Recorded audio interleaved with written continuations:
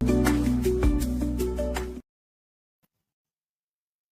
everyone, magandang madaling araw sa inyo, sa inyong lahat. Ayan, eto na naman po ang inyong favorite tagalista ng Noisy. Ayan, kanina nag-live ako, naputol, mahina kasing signal. So pumunta ako sa laptop ko. So paki-share muna ito ay malaman ng maraming tao, ng inyong mga kapitbahay, ng inyong mga colleagues dahil pinaglololo ko na naman tayo ng mga media, ng gobyerno, pati mga pare, no? Napakasinungaling. Okay? Ang title po ng ating live stream ngayong madaling araw, hindi na ako makapaghintay dahil kating-kati na akong magsalita. Okay? So, sasabihin ko na to dahil hindi ko matake ang pari na ito. Dahil napaka-ignorante, sinungaling, lahat na. Di ba? Lahat na. Okay. So, paki-share na ito sa inyong mga chat group, sa inyong mga group, sa inyong everywhere na kailangan makarinig ng mabuting balita ng tungkol sa mga etsyosera ng taon. Okay, Finding Lisa. Tigilan nyo na yung Lisa. That is a distraction. Let's focus on what needs focus. Kung totoo yung tungkol dyan kay Madam, it will reveal in time. Pero mag-ingat kayo sa mga tanim fake news. Okay, yun lang sabihin ko, mag-ingat kayo sa mga tanim fake news. Okay, yan lang sabihin ko. Yung mga ganyang balita, kung totoo yan, let it boil first. At kung totoo yan, sasambulat na lang yan. So makinig ka, if you don't, just listen to me. Okay? Now, eto na. Okay. Alam niyo naman yung nangyari doon sa hearing, hindi ba? Ngayon, ang isa nilang pinoint out doon, yung pumunta na seminar ng mga media at mga social media personalities sa China ng 2023. 2023 ba to? At of course, it was a China-sponsored one. And I know that seminar. It is just a seminar wherein they learn about Chinese media, a bit of Chinese history, etc. So ipapakita ko sa inyo tong ABS-CBN. Ganito ang kanilang spin. At itong pari na ito, padala nyo to sa kanya ng mabulunan siya sa kanyang kaignorantehan at kaipokritohan. Now, here it is. Papakita ko sa inyo para may context. So, i-share nyo na ito. Okay. So, eto yon, di ba? Ang sabi niya, China-funded seminar for Filipino social media influencers, ex-PCO chief admits. Tapos sabi niya, inamin ng ilang social media influencers na dumalo sila sa isang state-sponsored seminar ng China. And ito namang pari na to, si Father Ranhilio Calangan Aquino, isa sa mga makabagong Padre Damaso. Sabi niya, is this genuine news? ABS-CBN News si Ateng? Ateng, huwag tayong mag-aklaan. If it is, it shows the reach of treachery. Alam niyo yung mga colonial era. Di ba? Wala kasi akong pamaypay. Sandali, may pamaypay ako. Parang eksena ni Father ganito. Nung nabasa niya siguro tong ng ABS-CBN, parang napagganito siguro si Father. Oh my God! Is this genuine ABS-CBN news? If it is, it shows the reach of treachery. Ganyan. Diba? Ulitin natin. Oh my God! Totoo ba itong balita na ito, ABS-CBN? Kung totoo ito, oh my God! It shows the reach of treachery. Di ba ganyan? Padre Damaso? Aminin niyo. Ulitin ulit natin. Oh, my God! Ay nako. Is this out of normality? No. In fact, ipadala nito kay Father Aquino, no? Makabagong Padre Damaso. Okay. In fact,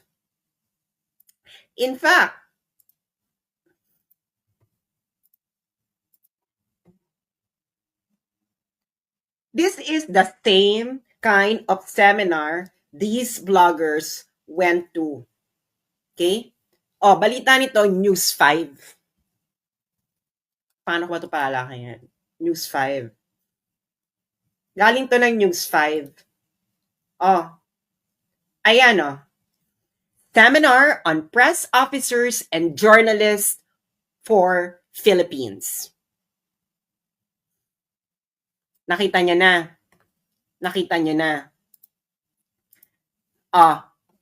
Seminar on press officers and journalists for Philippines. Balita ito ng News 5. Kailan lang to? December 23, 2024. December 23, 2024. Philippine journalists attend 2-week media exchange program in Hunan, China. Pareho lang yan. It is the same program. Okay? Ngayon, press officers and journalists from the Philippines traveled to Changsha, the capital of Hunan province in China. Actually, maganda sa Changsha. To participate in a 2-week training program aimed to strengthen Philippine media and communication exchanges and cooperation. It is the same seminar na pinuntahan nila Trixie, nila Mark Lopez. Actually, hindi lang vloggers ang nandun. May mga media, may mga journalists din nun from major broadsheets, etc. The initiative also provided participants with insights and understanding of China's broadcasting and news reporting, as well as its rich cultural heritage through immersive field visits. Ayan. Diba? Sino ang sponsor nito? This is a fully paid seminar by the Chinese government. December 2024 lang ito. It is exactly the same seminar na pinuntahan nila Trixie at yung iba pang vloggers na yun. Actually, hindi lang mga vloggers yung kasama nila Trixie noon. May mga journalists doon from major broadsheets like Philippine Daily Inquirer, etc. Ayan. So ngayon, sponsored by the Ministry of Commerce of the People's Republic of China. The program titled Seminar on Press Officers and Journalists for the Philippines was held from November 27 to December 10, 2024. It was organized by the Hunan International Business Vocational College and hosted at the Millenia 21 Degree Hotel in Changsha. Ay, parang alam ko itong Millenia 21 Degree Hotel. Is it the same hotel na pinuntahan namin? Okay. So, sino ang mga nag-attend ng China-funded seminar, 2-week-long seminar na ito sa China? A total of 11 media practitioners participated in the program. These included an editor, producer, and a reporter from News 5 Digital,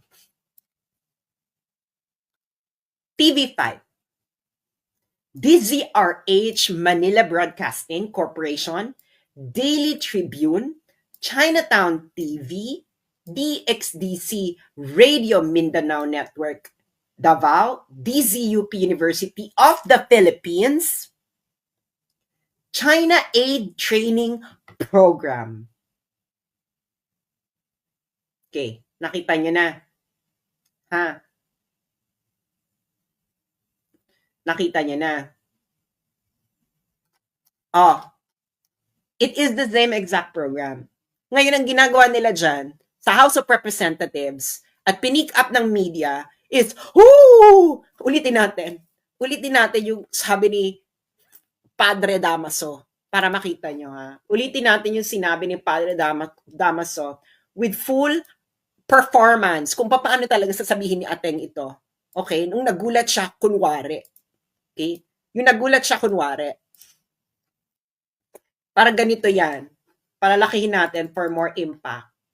Diba?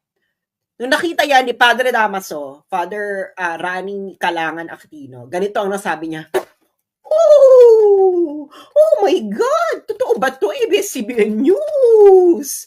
If it is, it shows the reach of treachery. Akla. Oh. Nakita niyo na kung paano kayo niloloko ng ABS-CBN. Kung paano kayo itong si Padre Damaso nagsasakay-sakayan. Diba? Ulitin na talaga natin.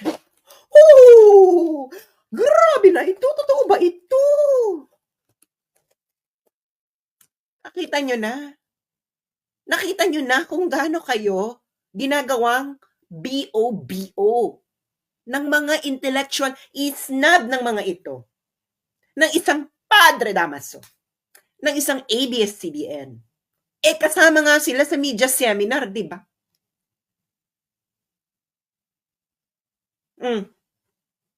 Ano? Maglolokohan pa tayo? Ito pa lang yung December 2024 kasi regular yan eh.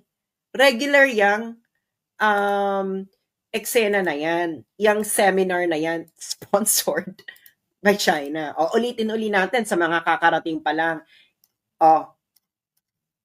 Philippine journalists attend 2-week media exchange program in Hunan, China, December 23, 2024. Yung mga nag TikTok, YouTube, bahala na kayo, you can recontent my content. Huwag na kayo magpaalam. Spread the revelation of hypocrisy. Sino mga kasama dito? Sponsored by the Ministry of Commerce of the People's Republic of China na 2-week event sa Changsha, all expenses paid. DZRH, Manila Broadcasting Corporation. DZRH is ABS-CBN, di ba? Ano ka ngayon, Padre Damaso?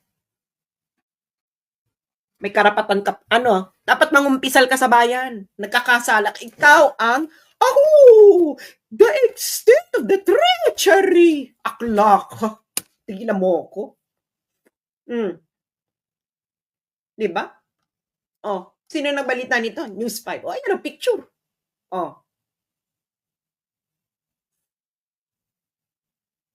Ang kakapal ng mga mukha ninyo. Kaya, wag na kayong umattend ng hearing na yan. Dahil ganyan lang ang ginagawa sa inyo. Bahala kayo. Gagawin lang kayong pang-engagement ng mga media. Hindi ito, sige nga, explain nyo yan. Sponsored by the Ministry of Commerce of the People's Republic of China. Sila mga participants sa all expenses paid by the Chinese government. 11 media practitioners, included an editor, producer, and a reporter from News 5 Digital, TV5, DZRH Manila Broadcasting Corporation, Daily Tribune, Chinatown TV, DXDC Radio Mindanao Network, and DZUP University of the Philippines. What kind of hypocrisy is this? Yung page po ni Tio hindi nawala, nag-deactivate lang siya kasi nga nag-mass reporting sila right now. So parang iwas gorgor, ganyan. So ngayon, ano na ngayon kayo? Na-expose na naman kayo ang inyong kaipokrituhan. Kaya gusto nyo akong you would like to physically eliminate me. December 2024 yon, di ba? Okay. Baka naman kasi dapat Father Rani Aquino, dapat consistent ang performance, ha? Pag nakita mo to na, the extent of the treachery. Dapat ganun din. Ha? Okay, meron pa? ko na nga sa inyo, this is a regular program. Okay, ito na, papakita ko na. Ngayon, ito pa. Ah, sinong reporting nito? Philippine News Agency. So, Government of the Philippines. Kailan lang to? March 2, 2023. More than 60 journalists joined China's exchange program. More than 60 media practitioners from more than 50 countries, including the Philippines, are joining the China-Asia Pacific Press Center's exchange program for 2023 that began on Thursday. Sino naman ang nag-funding nito? China funded. Ano? Anong purpose ng seminar? We hope that you would get to know China better through the program that you will be attending. You are lucky because now China has lifted its restriction and you are able to see and experience China in full without limited movements, unlike the participants in the last program in 2022. So, it is the same program. China funded. Ngayon, etong mga mainstream media na ito, bakit kayo nagtataka na meron nun? Nagpa-participate kayo dun eh. Or baka naman, gusto nyo, mas solo nyo. Baka naman kasi mga legitimate journalists, gusto nyo ring masolo yung China-funded seminar sa China. Huwag na tayo magplastikan. Ayaw nyo ng competition. Nagpa-participate kayo eh. Ilang beses na. May 2022, may 2023, may 2024. Tapos nagulat kayo doon sa same seminar na pinuntahan nila Trixie, Mark Lopez, at may kasama rin sila doon na mga journalists from major broadsheets. Ano na ngayon? So, sino ngayon ang nagsisinungaling? Di Committee Against Disinformation, yung mainstream media na naman nagsisinungaling. At ginagawa sila ng issue. Kaya, alam nyo, sabi nung kalbo na professor, ang hinihintay na lang niya, ang gusto daw niya hintayin yung magna cum laude. Eto na.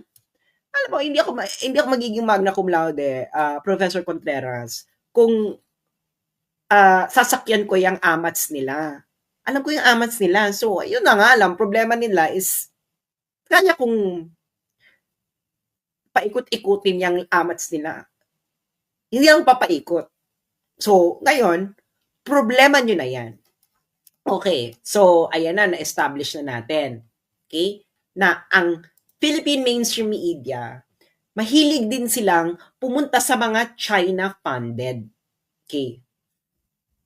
Okay. Ngayon, sino ngayon ang nagwo-worry sa mga China-funded na seminars? Who? Sino talaga? Sino talaga? US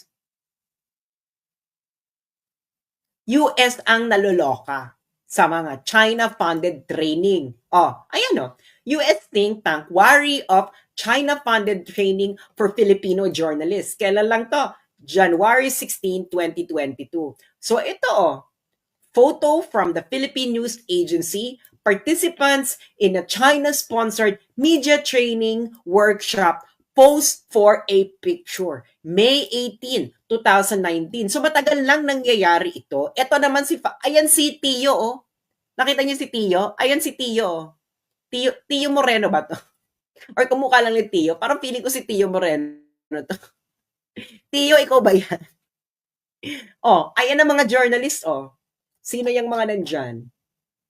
China has been providing some 75 countries, including the Philippines, media training that is not based on traditional. Ito yung, kaya nag-worry ngayon, yung US.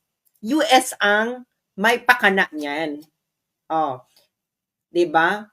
So ngayon, matagal na yan. Okay? Matagal na yang training seminar na yan na all expense paid by China. Okay? Kita mo, the 30-member Philippine delegation included personnel from the PCOO, PNA, Radio Television Malacanang, Philippine Information Agency, Philippine People's Television Network, and the Bureau of Communication Services. Journalists from Sunstar in Cebu, iOrbit News in Pampanga, Manila Times, and Pulso na makabagong Kabitenyo were also in the contingent. Ito yung 2019 lang. Okay? Ngayon, bakit kayo nagtataka, mainstream media dito? Alam nyo may ganyan, nagpa-participate nga kayo noon. Noong 2024 lang, nagpa-participate din kayo o dahil gusto ng US or dahil kasi kayo tanggap sa kanan, tanggap sa kaliwa.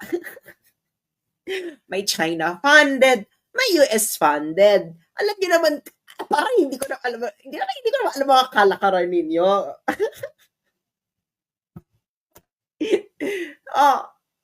Ano? Tapos biglang, extended treachery. Ganun si Padre Damaso. Ano yun? So, alam natin kung kanino galing yung propaganda na yon. Di ba? Di ba? Ano? Ay, nako. Sabi ko na sa inyo eh. 'Di ba? I am telling you, pinaglololoko kayo nito. Nangyari na sa atin to noong 2016, nangyari na sa atin to noong panahon ni Digong na ang mainstream media, pinagloloko tayo. Pinagloloko rin tayo ng mga intellectual elite kuno sa Pilipinas. Katulad ni Father Rani Aquino na extent of treachery. Totoo ba to? ABS-CBN? Ulitin natin for more impact, no? Yung sinabi ni Father Rani Aquino, ang tawag sa kanya ng kanyang mga estudyante is Father Rani. Okay. Is this genuine ABS-CBN news? If it is, it shows the reach of treachery. Kahit yung ABS-CBN, DZRH, nag-participate. Diba? Ulitin natin, naalo sila sa pamaypay. Oh my God! Grabe ito, ABS-CBN! It shows the reach of treachery. Ano? Nakita nyo na? Kung paano pinaiikot-ikot ng ABS-CBN, tanggap sa kaliwa, tanggap sa kanan. Ganyan sila. So sila, nagjo-join din sila ng mga China state-sponsored seminar. Mga journalist ng ABS-CBN. Nakita nyo naman, DZRH kasama doon sa nung 2024. Syempre, may 2023, may 2022, may 2020, nung pandemic, wala. Nung panahon ni Duterte, marami yan. 2019, 2018, 2017. Marami silang nakapunta, nag-enjoy ng China-sponsored media seminar. So yung isa sa mga pinaka-latest noong December 2024. Okay? December 2024. Yung pinakita ko sa inyo. 'Di ba? Nakita nyo na, 'di ba? December 2024. Ulitin natin for more impact. Nang lalo mabulunan si Father Damaso. Okay? Nang mabulunan si Father Damaso na ride on na wala ka ng relevance. No, nobody's reading you except your circle. So, you're just having a conversation among your peers. Dahil nga, napakasinungaling. Ano naman yan? Diba? It shows the reach of treachery. Si Father Damaso, Diyos mio. Diba? Diba? Pinakita ko sa inyo, yung pinaka-latest is nireport pa ng News 5. Kasi kasama yung News 5. Doon sa China-funded.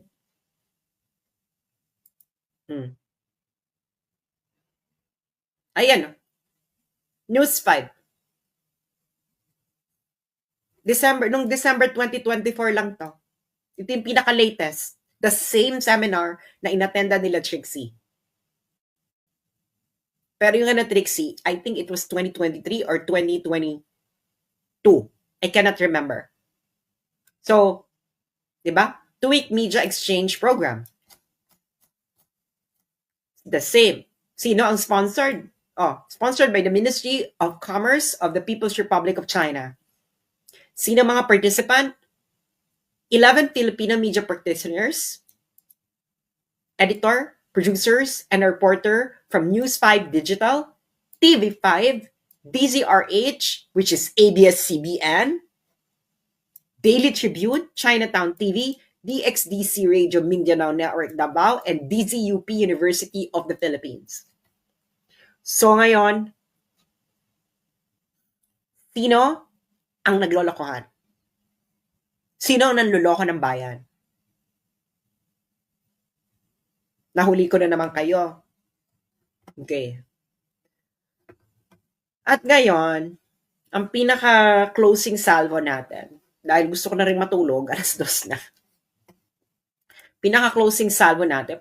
Thank you sa mga nagpapadala ng tip. I appreciate it kahit yung iba pinapadala is 2 pesos. That's a huge thing. Okay? That's a huge thing dahil this is a people-sponsored blog.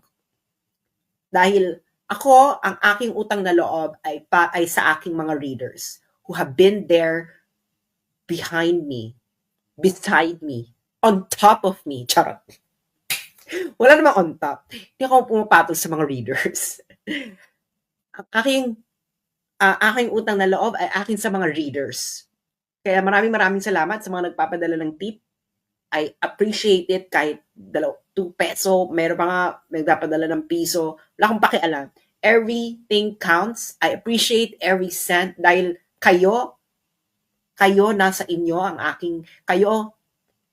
sa inyo ako may utang na loob. I will never be here in where I am right now if not for every single bit of you who supported me since I started in 2016.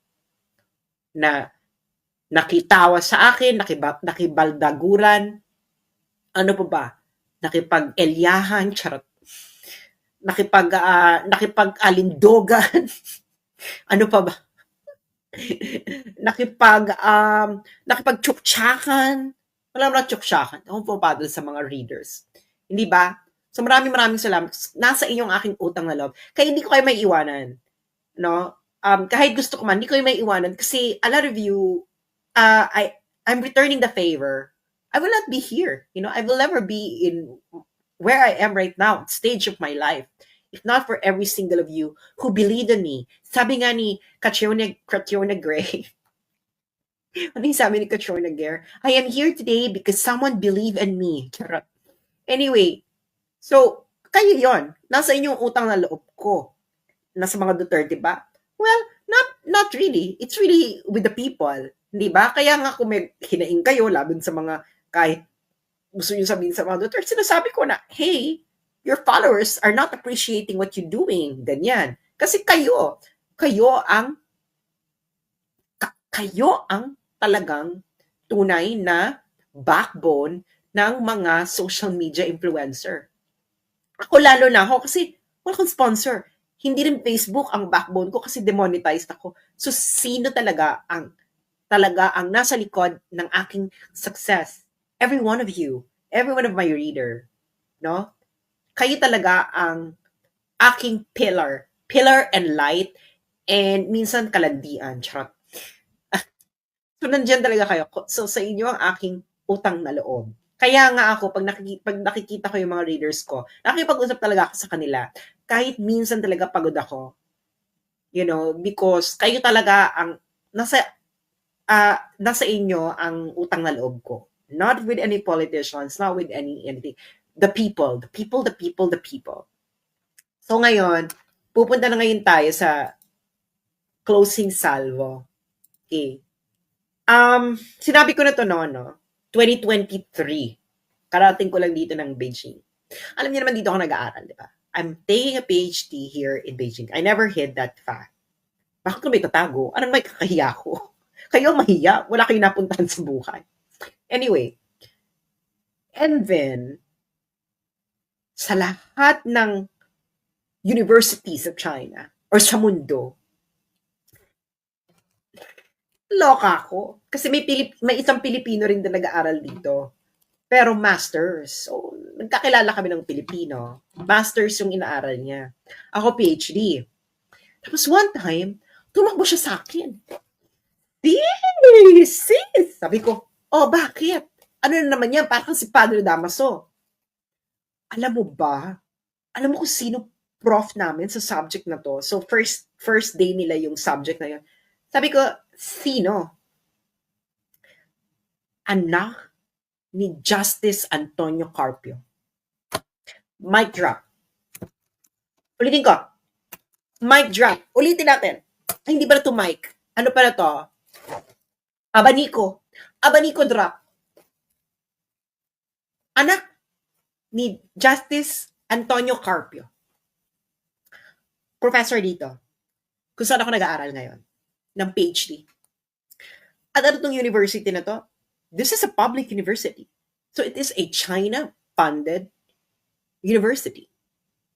So yung anak ni Justice Carpio, alam mo kung since kailan pa nagtuturo dito, sumusweldo sa isang China-funded university? Since 2012. Since 2012! Oh, hindi ko na lang sasabihin ng pangalan, no? I will not, out of respect, of this school, kung sino. Okay?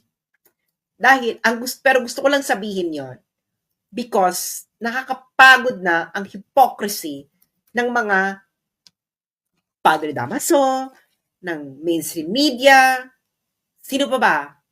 Yung mga elite sa Pilipinas, nakakapagod na yung hypocrisy ninyo, niloloko ninyo ang taong bayan. So, yeah, since 2012, pinabasa ko pa yung profile niya. Since 2012, nagtuturo na yan siya dito.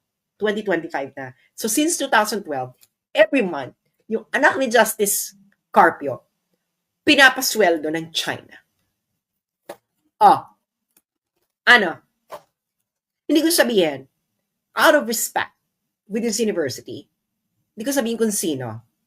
And private din naman kasi itong mga taong to, hindi mo rin makikita in public kung sino yung mga anak ni Justice Carpio.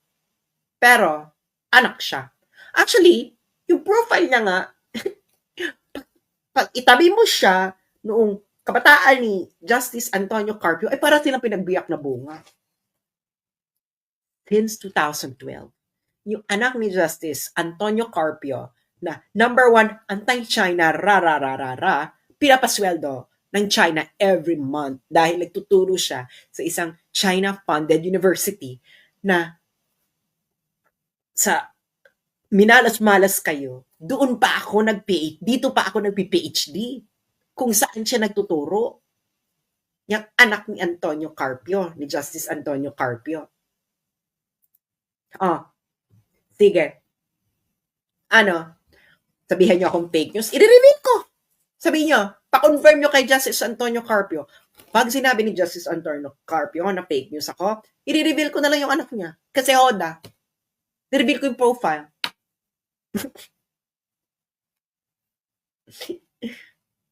Sino ngayon? Sino ngayon ang hypocrite? Naloka kayo dun sa mga vloggers na ilang months, weeks lang ata yun, 2 weeks, na nag-seminar.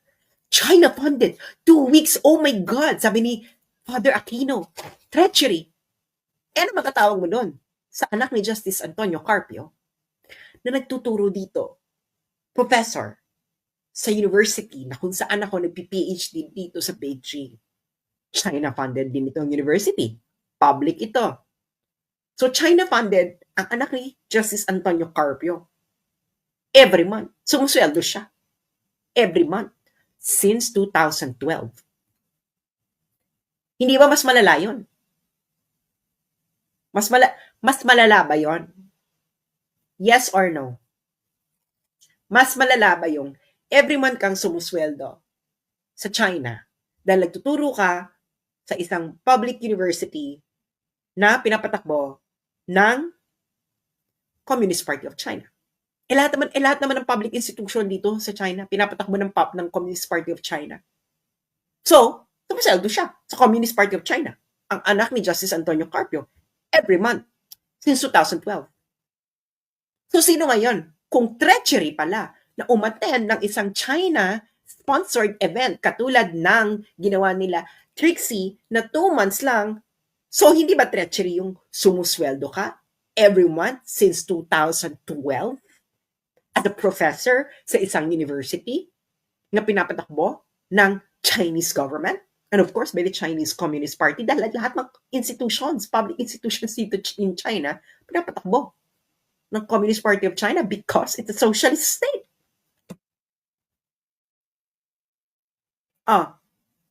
Ano? Hindi ba? So, ano mga kababayan, maniniwala kayo na treachery yun? Ha? Kakainin nyo naman yung kanilang mga isinusuka sa inyo na kahibangan. Pero, yun ang katanungan. Kung treachery yung umattend ka ng China-sponsored event na 2 months or 2 weeks lang ata yun, anong tawag mo dun sa mga mainstream media na uma-attend every year ng China-sponsored media training? That has been happening for several years. Nagkaroon lang ng pause nung pandemic kasi pandemic. Pinaka-latest ng December 2024. Kasama yung ABS-CBN na DZRH ang nag-attend. Tapos, yung anak ni Justice Antonio Carpio, professor dito sa university sa Beijing na kung saan ako nagpi-PhD. Professor since 2012 sa university na to na pinapatakbo ng Chinese government because it is a public university. And of course, every public institution here in China is being supervised by the Communist Party of China. So yung anak ni Justice Antonio Carpio sumisweldo sa China every month since 2012. Kung treachery yung ginawa nila Trixie, ano tawag mo doon? Ngayon, kung hindi treachery, yung sa anak ni Justice Antonio Carpio, dapat hindi rin treachery yung kina Trixie. What is good for the gander should be good for the goose. Tama? Ngayon, Father Aquino, I challenge you. Tawagin mo ding traitor yung anak ni Justice Antonio Carpio para consistent ka, Father. Di ba? Para consistent ka. Para hindi na paghalatang ikaw ang isa sa mga makabagong Padre Damaso ng panahon ngayon. 'Di ba? Dapat tawagin mo ring treachery yung mainstream media, mga representatives ng Philippine mainstream media katulad ng News 5, Channel DZRH, Manila Times, etc. Di ba nagsusulat ka sa Manila Times? May taga Manila Times na umattend din nung same seminar na yon. Bakit hindi mo tawaging treachery yon? Ayaw mong tawagin dahil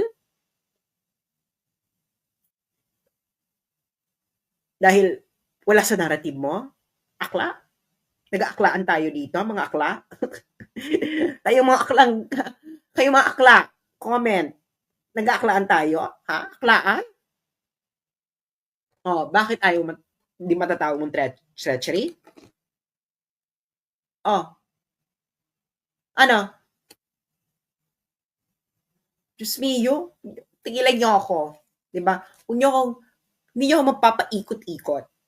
At hanggang nandito ako, I will expose every hypocrisy, lies na ginagawa ninyo sa mga Pilipino. Dahil nakakapagod na kayo. Hindi lang kayo nakakapagod, nakakasuka. Diba? Nang aakla kayo ng mga tao. Walang aklaan. Diba? So, yun lamang po, mga kababayan. And, that's it, Pansit.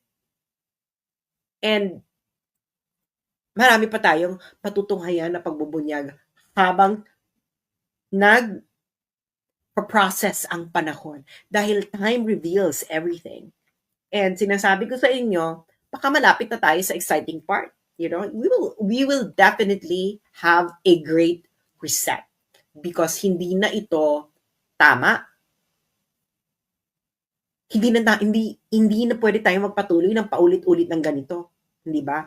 So, manalig kayo and we will expose one hypocrisy after another hypocrisy.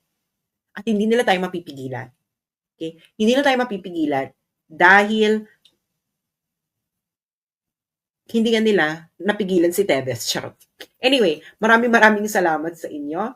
And matulog na kayo. Charot, yung mga nasa Pilipinas, matulog na kayo. And of course, sa mga nasa ibang bansa, guys, kahit hindi kayo, ito pala, gibilan, malapit ang birthday ni PRRD.